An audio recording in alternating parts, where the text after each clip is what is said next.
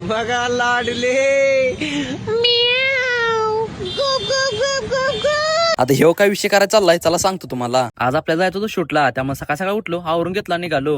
तिथे गेल्या गेल्या केला आपला शूट चालू. शूट कम्प्लीट झालो, गेलो जेवायला. जेवण कमी लावलं आम्हाला वाढायला, कारण शूट घरापासच होता आणि त्यात आमचं वाढणं कमी खाणं जास्त होतं. त्या तिकडे लोकांनी गुलाबजामुन ओढस तर तिकडे वैभवून एक वाढला आणि तेवढा तिकडे मोनवून डायरेक्ट गुलाबजामुन आमटीत बोचकळून खाल्ला. आता मी असं का म्हणतोय ते तुम्हीच बघा.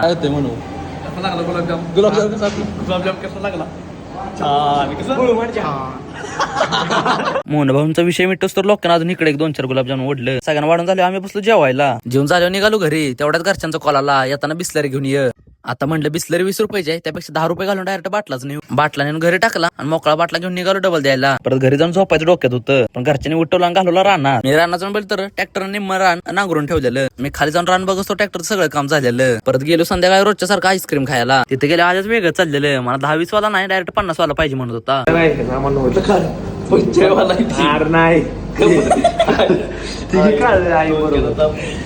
किती वाला आहे 50 वाला आहे ना आपलं 35 किती वाला आहे 50 रुपये 50 रुपये.